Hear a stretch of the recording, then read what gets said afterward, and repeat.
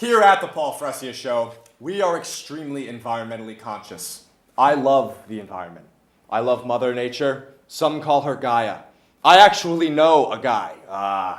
What's his name? Martin. Martin is his name. Martin is a great guy.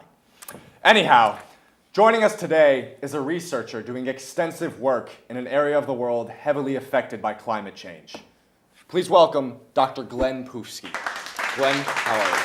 Good, Paul. It's good to be back in the States. Thanks for having me on the show. Absolutely. Glen, let's get right to it. What is happening with the ice caps? I recently heard a report that 79% of the ocean levels will rise by the end of the 21st century. Is this true? What can you tell us from your research? Well, Paul, I'm not here to talk about that. You're not.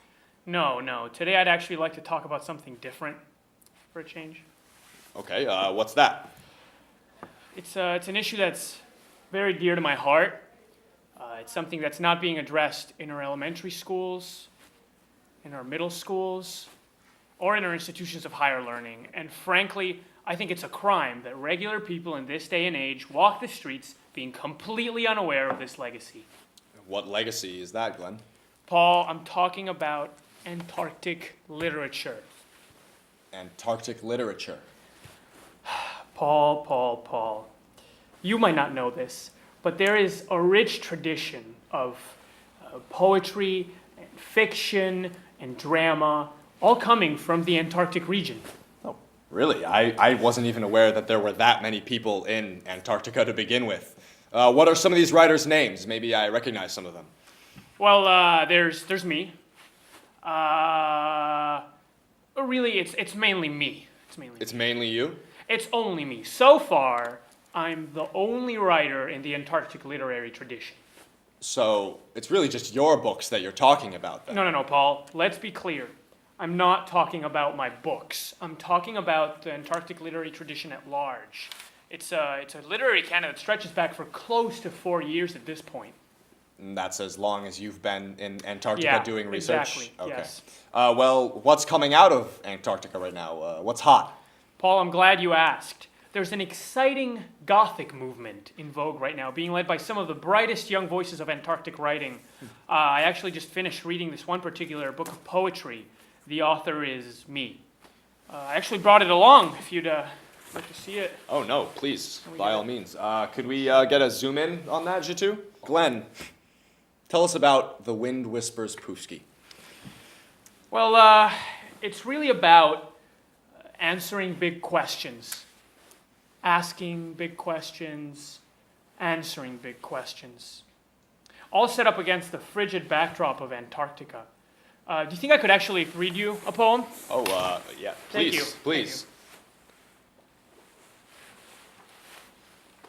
you. This one is called Snow.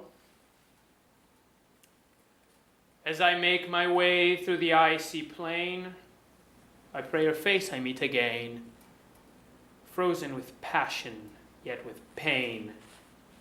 This place is cold, not hot like Spain. Thank you. Wow. Glen, that was beautiful. Oh, thank you, Paul. It's about loneliness. Also, it's really cold in Antarctica.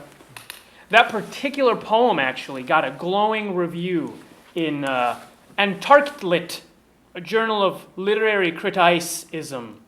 And who wrote the review? I wrote the review You wrote the myself. review. Yeah, I put out the journal twice a year, once during the day, once during the night. Oh, okay. I'm actually getting word we're almost running out of time. Do you maybe have one last poem? I'd you'd love like to. Okay.